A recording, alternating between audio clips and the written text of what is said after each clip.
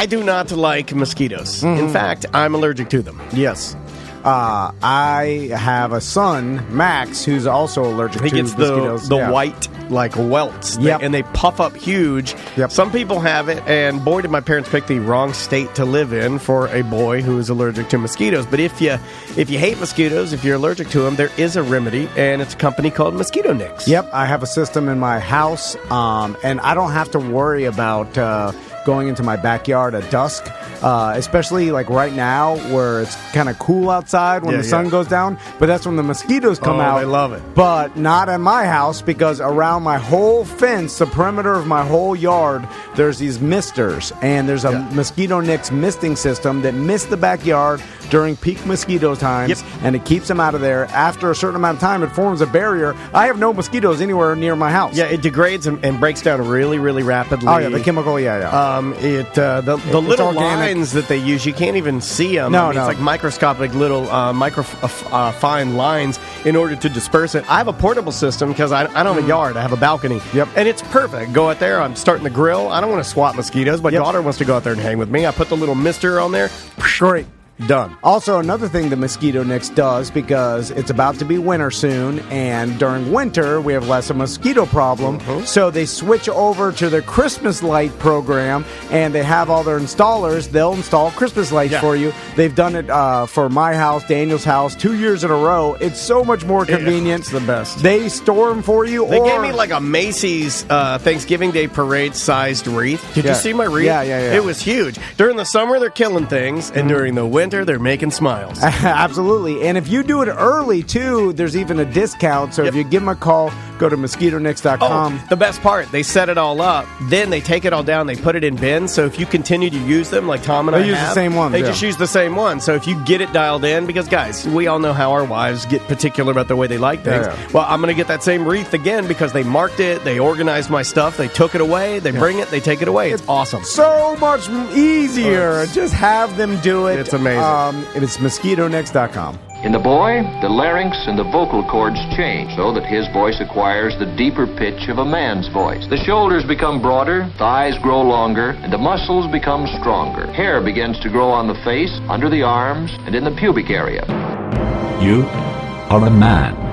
And in taking on the role of the world's second greatest gender, you must adhere to A Gentleman's Guide to Manliness. Welcome to A Gentleman's Guide. Tom Van. Dan Dennis. Steve Kramer. Boom. So last night, I was talking to my wife, and that's a good start. Yeah. Most marriages fail because of a lack of communication. You, sir, do not have that problem. She was like, imagine, she's like, think about like back in the day when Amazon was just, a book company that you'd go online and buy books. I remember from that. Amazon. Do you remember that? I do. Yeah. And textbooks, right? And she was like, think about what they are now. Like this, I mean, gigantic, massive data company. Huge company that's ruling everything. And then she said the same thing about Netflix. She's like, remember when Netflix, you used to have to, they'd mail you a DVD, and how stupid we all thought that was back then. And the people that thought they were getting over on it were the ones that were burning them as they got them in the mail. Yeah. And then which is almost irrelevant now. So obviously, if you couldn't tell you the last time I used a DVD. Yeah. Couldn't tell I did. you. Sunday. Did you? Yeah.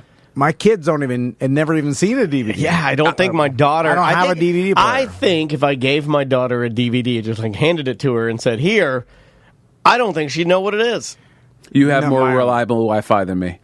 Oh, really? Yeah. But the good thing about having... Also, your kids are just a little bit older, too. Yeah, that's true. I feel like they maybe caught the tail, or they might be the last generation to even know, right? Yeah, probably. Although, I think there's use in DVDs and in having local media, because what you were seeing, there's a... there's no guarantee that streaming companies are going to carry content that you want. And there is also a risk that content that falls out of favor socially or politically becomes unobtainable. I mean, okay, I fear a future where you can't see John Wayne movies, for instance, because, the public figure John Wayne was just a couple of was a weeks man of ago. his time, Yeah. and that doesn't fit with being an individual of this time. Well, the world famous Playboy article Yeah. with John Wayne, where he said some things about the gays. Yeah, that he said a lot of things not exactly fit today's narrative. So yeah, I could totally. that would be unacceptable today. Not controversial, in his day. And it's difficult to judge the past through the lens of today. By that test, almost everybody historically fails. Yeah. Some people, would fail by the standards of their own day too. Certainly, like Abraham Lincoln was ahead of his time. Well, obviously, Tom's always saying that we will. Yeah, but he probably would did. fall short of today. We will eventually. Someone will be discussing us, and in some way they will say that we were a dumb old man. Well, even us saying if you dumb go old back things. 10 years ago on our podcast and the stuff we say, and then if you were like, if you put it to today's time, you'd be like, oh, this is horrible. We were just talking about it this morning with Samantha about things that we could have done, not even 5-6 years ago that you would never think of doing now. I mean, even people living today fall short of the measurements of perfection today. Nobody can obtain that because everybody's human and we are all flawed, deeply flawed. So, back to this, looking at Amazon and what they were and what they are now, and obviously, if you would have invested in them or knew, or it's hard to. In retrospect, everything's easy to be like, oh, I should have. This is so easy to see, but back then, of course, is different.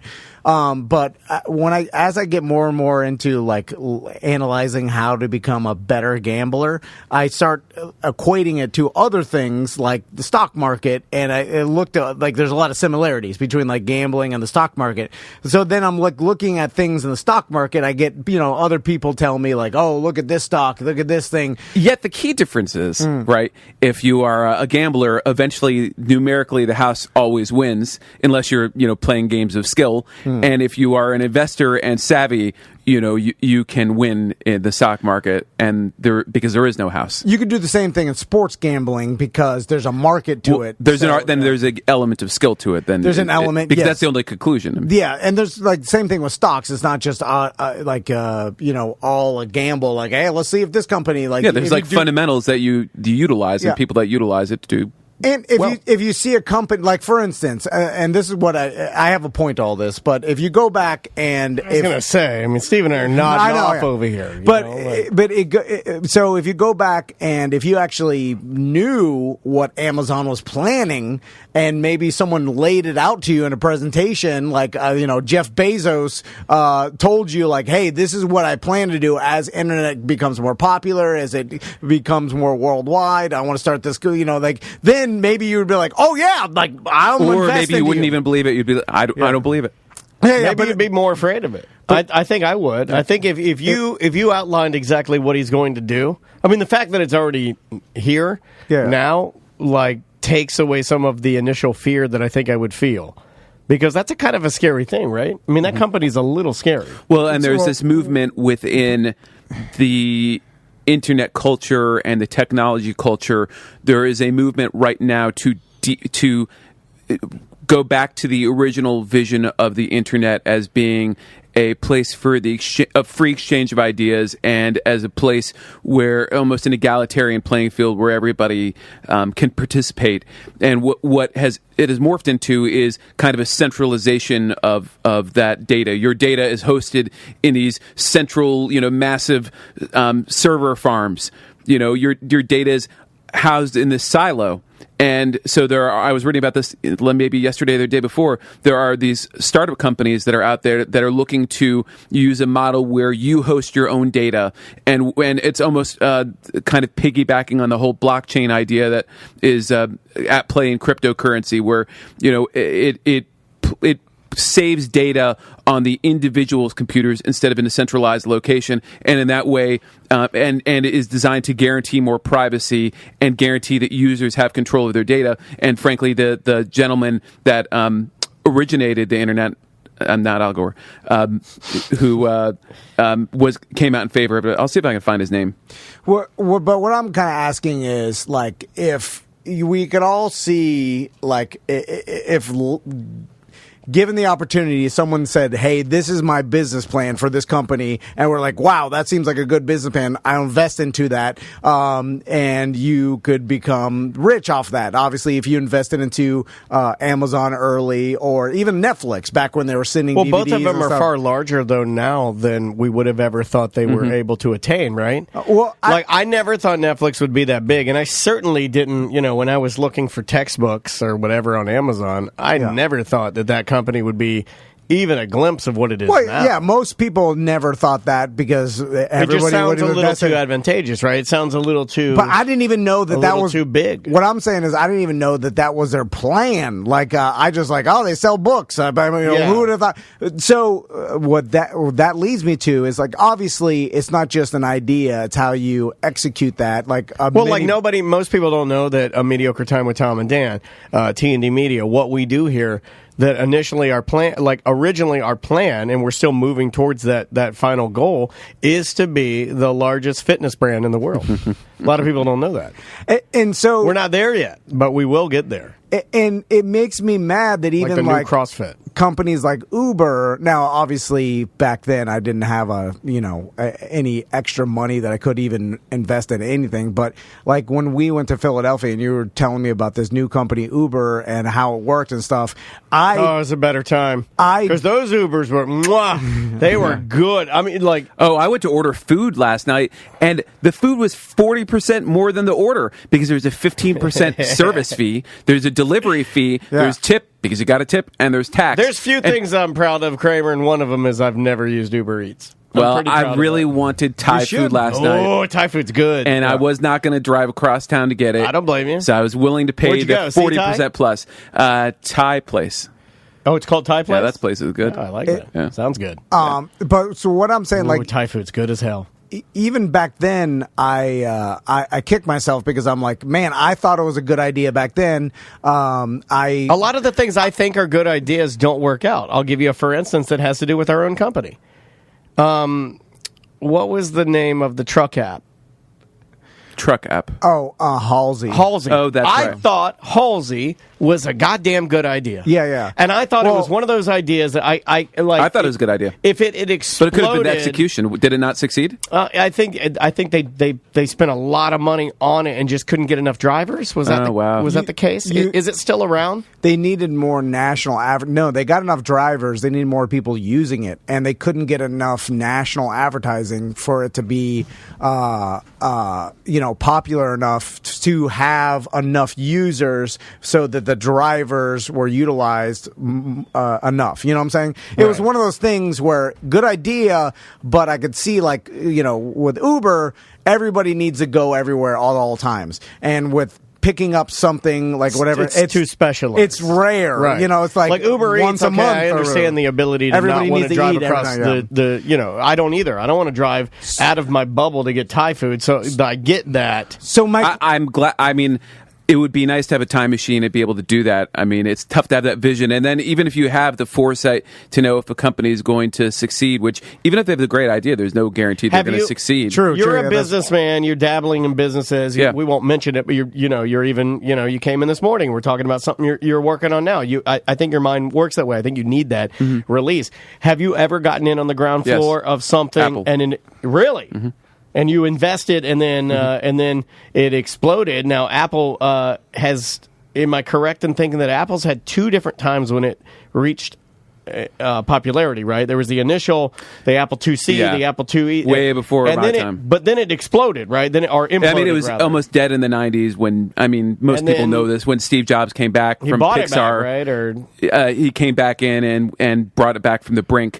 And I mean, I was kind of a believer in Apple back then. I had first generation iPod, and my wife had an iMac. Isn't that weird? And we used it for recording. So from being in audio engineering and being in a band, it was by far dominated design, digital media, Photoshop, whatever. Do you remember your first computer, Tom Van?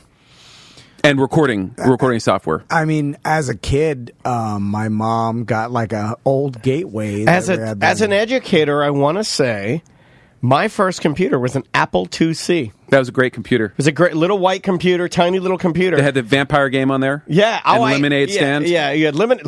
Dude, Lemonade Stand was dope. Yeah. Seven Cities of Gold. Yeah. That game could never come out now. Wizardry, Taipan. Ultima Was I had huge. an Atari 800 XL. Oh, that's a good computer. In fact, this weekend I was playing Do you around. still have it? No, I don't. I mean, I got rid of it when I was 12.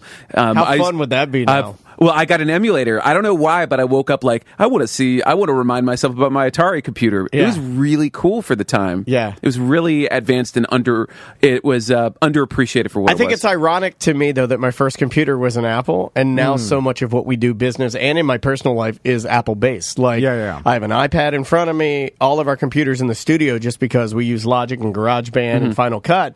I mean, for no reason, I'll preface this, I don't think that it's any better than anything that Adobe or any Windows-based program can offer. This is where we landed. You know what I mean? Well, and that's why I was an early believer in Apple, was because I was doing audio engineering, and back then, I'm pretty sure, even if it ran on Windows, it was inferior. Pro Tools was on Macs. Yeah. Digital Performer, Motu, basically most audio programming was on Macs, and it was a lot easier, a lot more intuitive to use at the very least. So there was stuff on PC, but it's Tom, inferior. did you ever get in on the ground floor of something that you liked, it was popular, and then it exploded? I don't think I have either. No. So it's cool that Steven has Apple. I mean, that's a great example, but I don't think I've ever guessed right on anything. But it seems... I mean, I wish I'd bought it $2 a share where it was. I was in the mid 2000s, so that was a good time. But do you still have it, or did you liquidate it? No, nice. Yeah, so hold on to it. What I'm saying is, how about to enter the streaming wars, as I was reading this morning. Yeah, and that's why even though Netflix looks like a domineering force right now, something's going to happen. It is. I'd sell on Netflix. The future is not sealed. I mean, with Disney coming out with their streaming, Disney's a game changer. But I mean, they've taken control of Hulu. They've got their own streaming. You've got HBO Max, which is, I believe, tied in with Warner, Warner. Yeah, end of November, right? Yeah, and then you've got every other platform that's going to fail. And Apple's, I don't know. I don't have faith in theirs right now. So to go back and I really want to analyze this, because Apple should just buy Netflix. It's like in the gambling world, as soon as the public is on one side, like all the sharp bettors don't want to have anything to do with it, because the edge is already gone. And similar to like stock investing, sexy when you use the real term. When like Dice Man told us the last time he was in here that he got out of like the marijuana, the stock business, and he's like he's like, as soon as old white guys are investing their money, it's done. It's kind of like the public or whatever. It's like, there's some edges in some companies, but basically he's like the boom, like getting in early is already done. Like that's like everybody's on board already. So it's like you have to find that very initial like point where you're buying super low and it has the potential to be super high. It's kind of similar like sports gambling. You want to get the line while it's like first out, and that's the only way you have the biggest edge. So I'm thinking, like, why can't we use, because Uber, like, if you explained Uber to me, even when Daniel, like, I was like, this is a great idea. At the time, you didn't believe it at first. This was interesting. Yeah. Like, I had to use it. When we got there, Steve, and it was kind of, it's, I'm glad you brought this up. I don't know if this was a high thought or not, but it is interesting because it's one of the only times that I've actually had to witness somebody who didn't believe in something that I had used. And look, I can't take credit for it. My wife was on top. She's on top of all technology. Yeah. You know what I mean? Like, and I am, and one of the reasons why I think we gravitated, that's why we're married. I kind think of a technophiles. I think we both have an appreciation for that, right? So she tells me about this Uber thing. We used it when we were on some trip, and then I'd only used it a couple times. I was very impressed, right? Yeah. It was I think this is the only time that I've ever been able to explain something like, there's this, you're like, well, we got to get a taxi. From the airport. I'm like, no, we can use Uber. And you're like, what's that? You know what I mean? Like, it's the quintessential, I explained it to you. Of course, Tom's like, I don't understand. I'm like, well, look at the price. So I think the story is we'd already taken a taxi. Yeah, right? we took a cab, a regular yellow cab from the airport to our hotel. $63. I remember the price. And it was like, and with tip, it was like $75 or whatever. You're in Philly? Philadelphia. Great city. This may have been was it in San Francisco or was it Philly the first time? It was Philly the first time. So, and then on the way back. Because then we went to San Fran because I think they're based out of San Fran, and it was like, there's Oh my God, I did it. I was just going to explain that you turn on the app. Yeah, I know. Exactly. Yeah, I deserve that. And you turn on the app and it's nothing but... Is that funny? You think that's funny, Daniel? Why is that funny? But nothing but Ubers.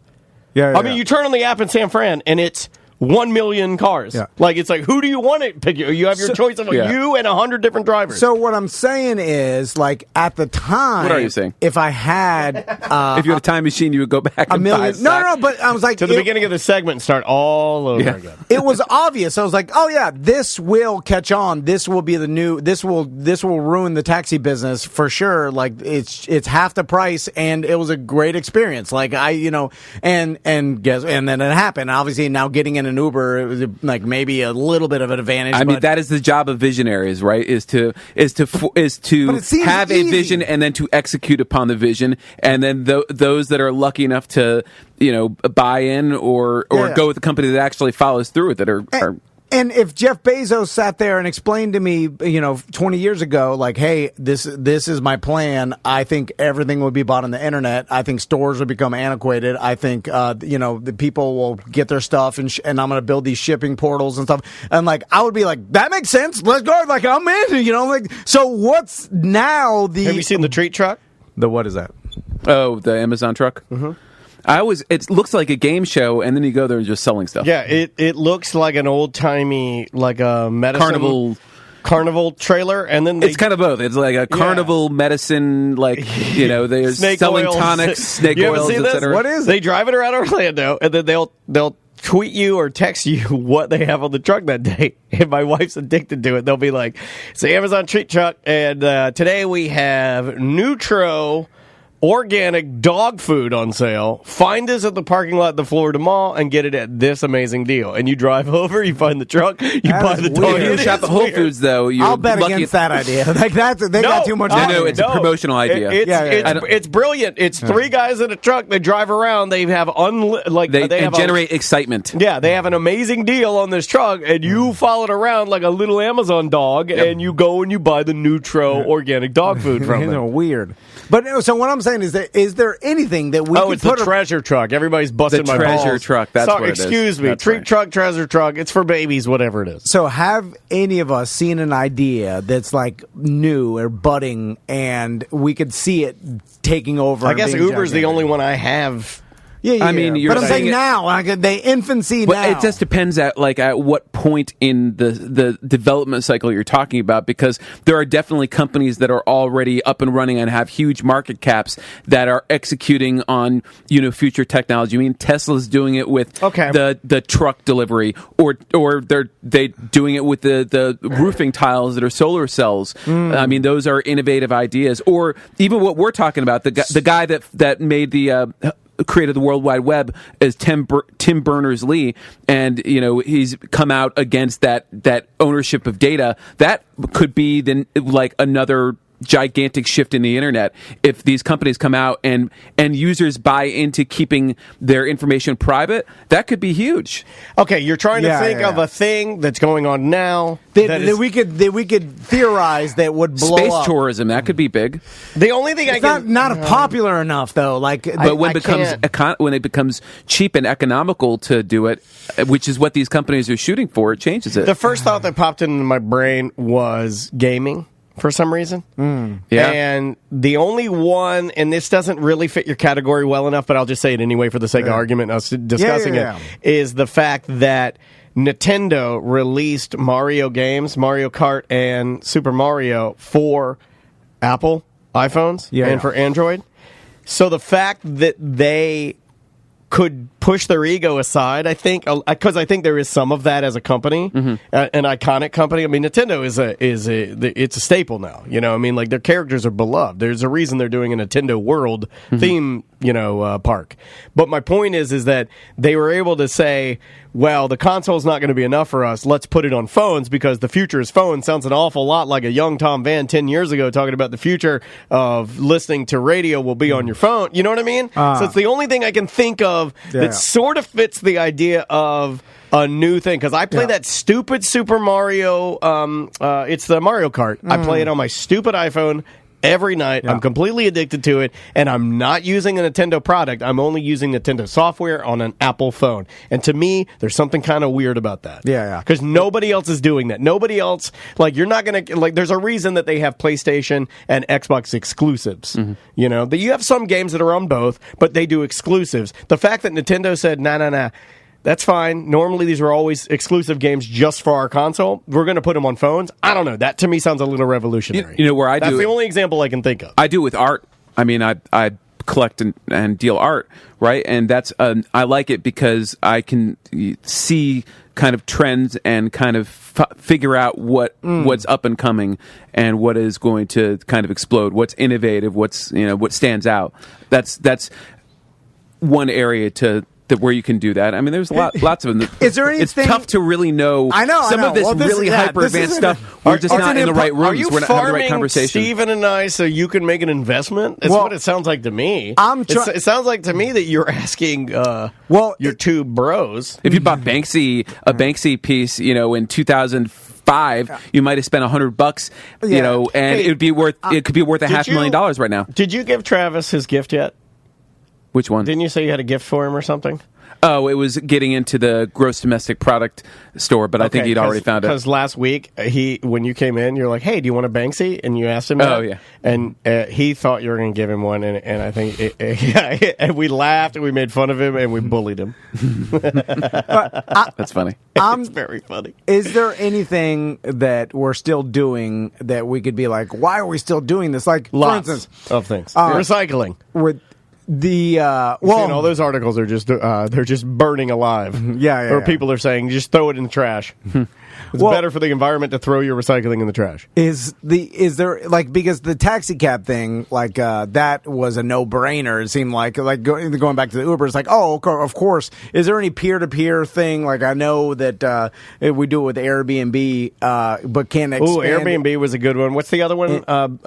What's the other one that competes with Airbnb? I don't know what it's. I mean, RBO or something like VRBO. VRBO. There's always a company that could come along with VRBO and take an existing idea and perfect it. Well, right, and then like really Airbnb is my point. They're the new guy compared to the other people that were doing it. Like there are some people that I've heard, some tech people that think that owning an automobile in the future will be a thing of the past. Well, the idea is that when you have automated driving, that you can if you own a car, you get dropped off at work, and then your car, you can effectively lease your car out or loan your car out to drive other people throughout the day when it's not supposed to be utilized. Yes, essentially, it's the why younger kids now are like, why am I going to buy a car, pay insurance, pay the car payment, all so these repairs? So I can just with that information, if you wanted to make money, if you timed it right, what you would do is you would short automobile stocks, or you would short, auto dealership investment groups, and bet that the price of that stock for those groups, the value of those companies is going to go down. The problem is timing that could be difficult. And is that for sure? I mean, everybody says automation is going to, destroy all these jobs and change our entire economy. I mean, and maybe many of us believe that that's possible, but it's not certain. Have you ever invested in anything that failed? Yeah, plenty of things. Has there been companies that had great ideas? I kind of feel like it's important to do that. Yeah, you got to take shots. Yeah, I think you got to take some shots, man. Yeah, and I've always been too scared. That's that Rocky thing. The failing isn't falling down; it's not getting back up. I don't really have enough expendable income to invest in anything right now. But I've had plenty of companies of my own that have just not done what I wanted them to do. But it is on my bucket list, Like, I would like to invest in something. Well, I would hope not, but I feel like I will. I feel like if you do it correctly, you're gonna. I feel like you have to. I mean, if you put $1,000 in on like an Amazon at the very beginning, they wouldn't need that much. Even Bitcoin, with back at the very beginning. How would you Ray, funny story about Bitcoin. Ray and I it was when I was doing SBK. Yeah, you dabbled, right? I did, but not at that moment. So I was doing SBK and I was pulling articles for the show, and he's like, "Hey, check out this Bitcoin thing." I was like, "Let's do it. Let's get $500 worth." So let's do it. And this is long ago. Yeah, this is in like 2010. You could have bought 11. like one Bitcoin, right? Yeah, no, many more than one, because they were not worth very much. Yeah. And this is new. And I was like, let's do it, but we just didn't follow through. And I remember you that guys talking $500 about would be that. worth $7.5 million. You talked about that on the show, did you not? I think I remember you guys talking about that. Yeah, it was really early on, but I was so busy with everything else, I didn't have the wherewithal to figure out, because even later on, it's hard to figure out. It was difficult to get into it. Right. You had to know where to go and do research. Even now, I don't know if people really know what they're supposed to do. I mean, well, who would though? Because the only time I've ever been approached to invest in anything is usually with a friend trying to get me to invest in some kind of pyramid scheme of some sort. Yeah. I've got a deal for you guys. You are not going to believe. You can double your money in 30 days. Well, okay. You know what happens, right? Well, normally you end up losing the money and the friendship. No. I'm going to double the money in 30 days, and then if I'm a con man, I'm going to come back and say, "All right, we're going to do this deal again. We just need but this time bit more. it's going to be bigger, and I need more.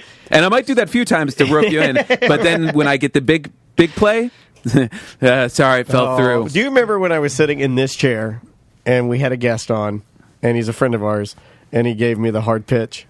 With I don't some sort of pyramid scheme. BS. Do you remember that? Yeah. How disappointing that was? Well, is it phone cards? Embarrassing. No, they're the future. No, I can't even tell you what it is. So I gotta because it would reveal it. Let's take a quick break. Okay, I got a theory on this, and I got an idea of what we should be looking at to invest in. Okay, I like that. Let's take a little I worked it out in that small amount of bumbling. We'll be right back. No, it was not Beachbody, but Juan's trying to guess it. It's so funny. The Twitch chat room, they go crazy. It was more Twitch.tv/Tom than that. and Dan People Live. are making money off that. Here's the thing about Beachbody. You can say what you will about it being pyramid based. The products are great. They're just a bunch of shakes. But their shakes are. It's a fantastic shake. Yeah. I have actually tried to find other companies that make a copycat version. You really can't. But they're great. They're great for maintaining a healthy diet. Yeah. How did I lose 30 pounds? I drink a smoothie for breakfast, a salad You guys for lunch. are really selling this. I want to buy. No.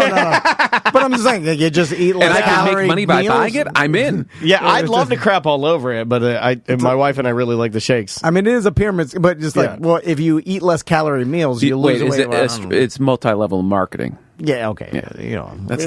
I don't even think they like that term now. I think it's called peer-to-peer commerce. Okay. They have it's a different. You have to change the name once a name falls out of favor. Every 5 years. Okay, we'll take a break. Definitely Tom's not got a Ponzi theory. scheme. We'll come back and theory it up. You're listening to A Gentleman's Guide. It's the Tom and Dan Cruise 2020. This is our 7th or 8th cruise I think we've done. Yep. And if you go to the website, tomanddancruise2020.com, that's the numbers, 2020.com, you can check out. We're going to be sailing April 20th through the 24th, 2020, and it's going to be a heck of a lot of fun. Absolutely. If you missed this year's cruise, the 2019 cruise, you definitely book the 2020 cruise. Like Daniel said, tomanddancruise2020.com.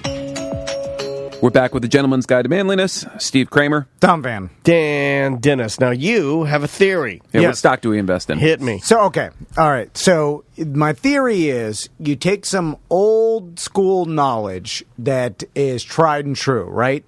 And then you apply it to the businesses that are emerging, or I just came up with it in my own business. I'll pitch to you guys. But so, are you sure you want to wait? Talk During about that the on air? break, you invented a business in the bathroom. You feel like while you were is peeing. going to be the next Uber or Amazon. Yeah. This is how my brain works. Can you believe that? Can you believe that? So, follow follow me. in there to take a long, grunting, swollen prostate pee-pee and came out with a genius idea. So, Let's hear it. Okay, so the old school, any old man that gives advice, right, that is tried and true. I'm looking at one. And some old school advice that, you hear a lot is that if it F's, flies, or floats, rent it, right? So it's like what they tell people F's? that.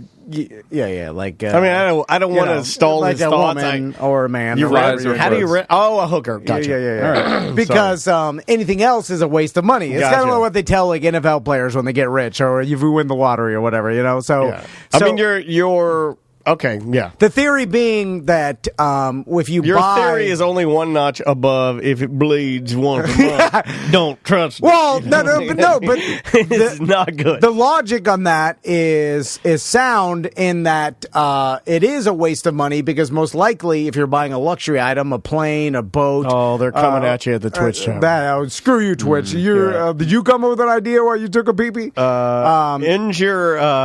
Injured 81 says automatic crumble removal business because you wipe too hard and you get crumbles. So, what about Malcolm Forbes? He with the most toys wins.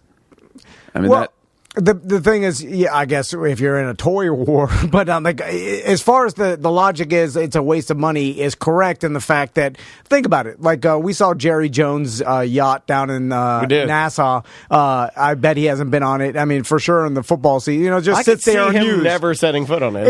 It's a waste. It's a giant, shiny black yacht that needs to be polished 24 hours. Now he's got the money to waste, but so I guess it doesn't matter. But to other people. That's the quote. You buy so it's just like if you have a vacation property, it's why Airbnb is so popular. Like if you have a property just sitting there, why not let it make you money, right? If it's sitting there unused, it's a waste. Same thing with like RVs, and that's why RV share got so popular and things like that. Boats are another thing. Like they just haven't figured out the boats share program too specifically yet because it's more dangerous to there's more accidents. There's so much liability, and then the problem with all of them is your property gets damaged. Yeah. Now, getting damaged, there's ways to just like minimize, but it's still a risk. And there is a risk. But I feel like for the most part, the damage of a property or the use of something,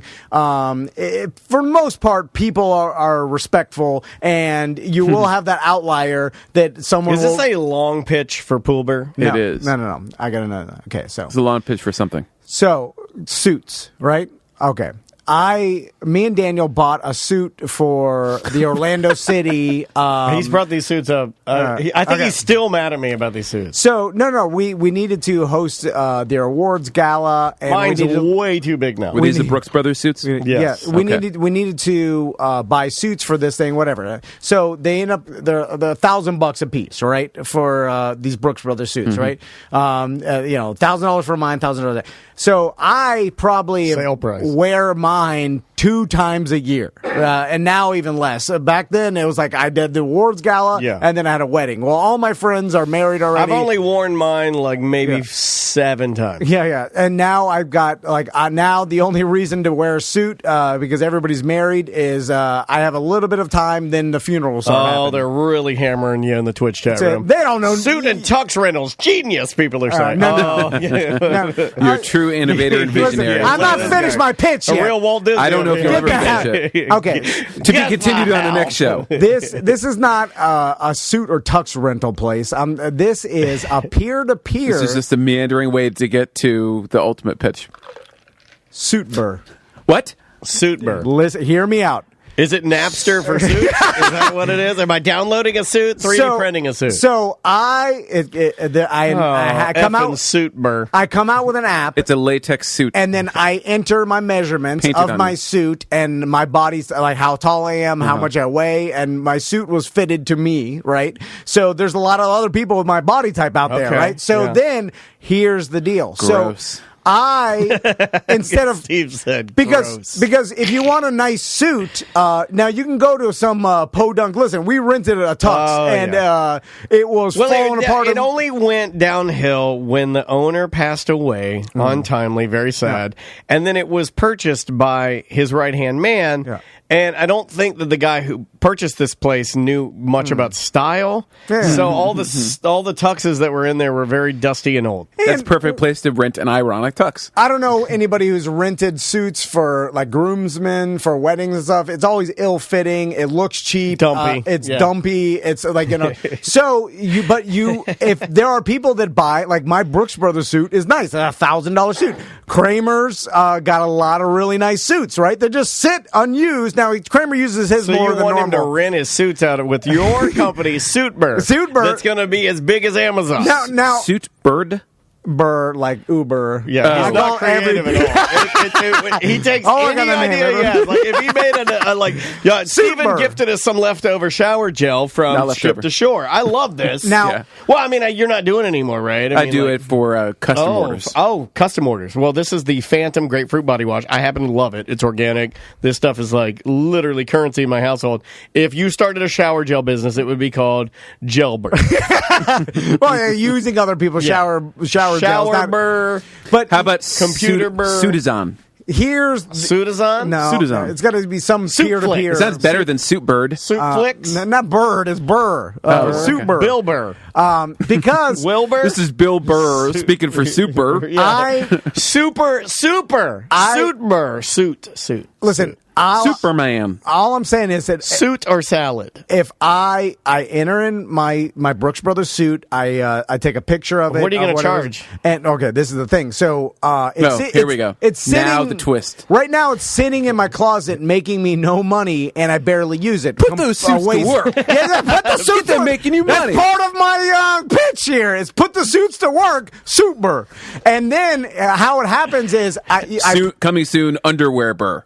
Local dry cleaners partner with Suitber, my app, and then what I do is if I get the notification someone wants to rent my suit, I go to my local dry cleaner, I drop it off, the suit, and that's the pickup location. And that's the pickup location because so they're the middleman. What do they get out of it? They got to get a charge. Well, they get a percentage. Transaction fee. The rental they're like cost, the Uber driver. The rental cost includes the dry cleaning after they use it. Well, I got even better. Some dry cleaners do delivery and pickup, so they deliver the suit to where they need to go. Yeah. Okay, yeah, that or so they're like a super driver. So then someone uses my Brooks Brothers suit. Samantha says your suit probably has stains all over it. It doesn't have stains. It does. He crumpled it up at the bottom, Sam. I know. He's only worn it 4 times. And he always likes to do some sort of weird sexual fantasy, put a wig on his wife while he's wearing a suit, so there's got to be some white on there. A lot of wigs. He does a lot of wigs. They use my suit. I make a little bit of money, and then is it really worth your time if you're making $7? No.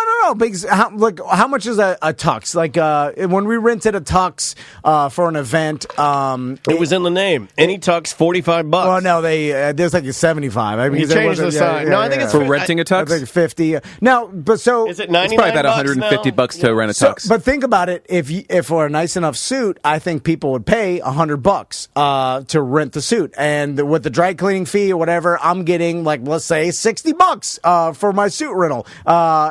With enough suit rentals, I could pay for the suit. It's still $45. Okay, so it's any tux $45. But of course, that's the place that's bad. No, this is the one we would go to. But you're renting a low quality suit. I'm saying renting from peer to peer, you're getting a higher quality, similar to taxi compared to so you have different grades and different brands of suits, and you say if you want this kind of suit, it's more. This kind of suit's less. You set your price. I set my price on Suitber. What's your price on Suitber? Well, my Brooks Brothers suit was $1,000. I'm going to set the rental fee for $75. Right? I can get a tux for $45. And it doesn't have stains all over it. No, but my suit's nicer than any tux you could rent. I'd have to see it. It's the same suit Are you taking HDR photography when you do this? I'm saying that... what's the return policy on this? It's peered... Well, what do you mean return policy? Yeah, what if they get a stain on it? What if I get the suit and I don't like it? What if I get it and I'm like, this is a hunk of crap. This guy lied to me. Well, you see... Then I'm screwed. Well, then you give a negative review and then that person what if it just doesn't fit? I mean, how do people know that they're going to fit a Tom Van suit? Well, because you'd have to have the same body. I mean, I'd give the measurements on the suit. But it's the same problem with off-the-rack suits. A suit off the rack is going to fit 1 in 100 people without alterations. Well, it's not going to be literally exact, but if a can guy's... it be altered? Or is that not allowed? Or no, you can't alter my suit. But if you're like 5'9", 5'10", around 200 pounds, it's going to fit. Is it? Yeah. What if your arms are long? I mean, you're going to have a suit where the arms are up there. Well, listen. Or legs are arm, or what if you need a larger inseam or shorter cuffs or whatever? If you want a perfectly custom tailored suit, you got to pay for that. That's why my suit cost me $1,000. So you're going to look like you're wearing Dad's suit. No. If you're I contend if like Travis. When I open your Suitber app, are there going to be suits on a map? And then I tag the suit. And then you see the suit coming to you on a hanger. Yeah, that's what I'm thinking. Yeah, well, you live in Orlando, and you see who's on Suitber in Orlando. Jeff is on his way with your suit. Here's the suits I have to choose from. Maybe I want a really nice, what's the nicer I think your idea is we could tweak it a little bit. I don't think it works so well for individual tweak it a little suits. bit by throwing it into the trash. What you do is if you had like off the rack suits that have not been altered, yelling maybe Suitber to us does not make us like your idea more. Is that your investment technique? I'm not investing, but I'll help you make it better. Suitber! Anything He just yells at but it. what's in that realm of things that are expensive that no one ever uses that you could somehow monetize, or at least here's the thing. Chat room is calling you the bathroom genius now. And it's not Ladies and ironic in any gentlemen, way. Steven Kramer and Daniel Dennis present the bathroom genius. Here's another. There, along with the same lines, there will be my Schuber idea, Schuber. which is Schuber? nice shoes for rent. Ooh, and grosser. well, no, listen. You spray. Well, you wear bowling alley like shoes. Yeah, they're gross. Like, I'm just saying. And if they damage it, You're wearing them for like a half hour while you're bowling. But think about it. And then you're burning your socks when you're done. Because I mean, what are they going to do to them? I mean, they're wearing them to a wedding or whatever. But I like this quote in the room: "Fat man in a little coat." I think that summarizes it. Well, it's the person that's renting it would be an idiot if they rented the wrong size. I mean, you would know your own size. Anyway, You're better off if you just have off the rack suits available for rental. Then they're designed to fit the average man. Yeah. Versus something that's been tailored to fit you. I'm just saying. I think Schuber's here. the future of like an emerging business that could be really popular is finding items that people buy that never use and they could somehow monetize peer to peer. I mean, it's the same thing with Uber, same thing with Airbnb. You just got to find that RV shares doing it crazy. RVs just sit there. There's fractional jet ownership. You're familiar with this? But that's for the ultra rich. I've got a friend that has everybody needs a suit. That's exercise equipment. What about that? The ultra rich, by the way, aren't People fractionally owning a jet. Exercise equipment for like rental. Harder to move around. I'm talking like a short-term rental type of deal. Exercise. Otherwise, you're Aaron's rent to own. Yeah. And you wind up paying $5,000 for a $500 piece of furniture. Wait until someone just like Poolbird uses Suitber, and you'll be. Well, these are saying, basically what you're doing is that you're just making like the Goodwill peer to peer. Not the Goodwill, no, because the Goodwill's garbage. You're taking stuff that you don't want any, like your shoes and like people it's a bunch want of it. junk. No. I don't want people's used shoes. Well, you're not the customer. You would wear. Yes. Other people's shoes. Yeah, of course I would. Why not? Are you going to drive everybody somewhere does it and you're bowling. going to rent a pair of like what? What kind of shoes? Plus, you never walk in a dead man's shoes, and I'd be worried there'd be a dead man's shoes. You're going to rent a pair of sneakers. No. It's for nice dress shoes. Like if Kramer, like these crocodiles. If Kramer, if someone was got his Ric Flair shoes on, some super. What shoes you buy that were super expensive? What were they? The same as Kramer. Alan Edmonds. Edmonds. I have a pair of Alan Edmonds. So I don't want to buy a pair of $500 Alan Edmonds. The plastic chaps that you wore to Del Frisco. So instead you wear flip-flops. But I want to be seen in Alan Edmonds shoes, so I rent them from Schuber, and then they're $30. I wear them for a wedding. People are like, "Oh, nice shoes!" I'm like, thank you. And then the bonus is you can sell the toe fungus medicine and make nice upsell shoes. I got them on Schuber. No, you don't tell anybody that. That's the commercial. Like, wow, hey, Daniel, you look really good today. Hey, thank you. These flip-flops, Schuber. Listen, I'm they're sure not even mine. I just rented them for the day. $15 for these flip-flops. Everybody laughed at Bezos. They're like, "Oh, Bookman's got an idea." I don't think they were laughing at them. I don't think Bezos walked into a meeting with a bank or investors and they laughed him out of the room. They all laughed at Mr. B&B. Certainly somebody did laugh at him because he got the money to invest. They all laughed at him. They said, "Your idea's stupid. I can't wait It'll to never see work." your yacht on the back of it says shoe money. Well, you just wait. All of you, chat room, all of you, all I think you're good. For the commercial, you play Schubert as the soundtrack to the Schubert commercial. And you serve Schubert. Let's get out of here. Let's plug some stuff, please. Everybody laughed at Wayne. And your idea is as crazy as Schubert was. Here's something I will invest in. Schubert. Here's something I will invest in. No, the idea of Suitber will never, ever make money. I'm willing to short that one. Dan Dennis guarantee. I'm just telling you. You'll see. All right. Let's some stuff, please. My Kramer Law Firm, one firm for life. Always tied to the best ideas. One firm for all your shoe rental needs. Well, if I had an One idea, shoe for life. Like if Tom wanted to meet with somebody on your staff or you or Ray and work up the documents for his new company, Suitber, we would do that. You would do that. Well, it starts with Suitber. Suitber's offshoot that comes later. Once An Suitber, offshoot. I see what you did there. Once An offshoot? Suitber is super popular, then I'm like, go with the shoes, then accessory, jewelry. Yeah. Jewelber. Then that'll be something. Jewelber. What else you got in there? Hatber. Anything that you buy. I think you can do costume jewelry rental, but those places exist. How about eyeglass burr? No, because you use those. We all have the a time. close enough prescription. I'm talking. And then you sell the Advil as an upsell with it. It's got to be an item. All right. OneFirmForLife.com. We'll see you tomorrow.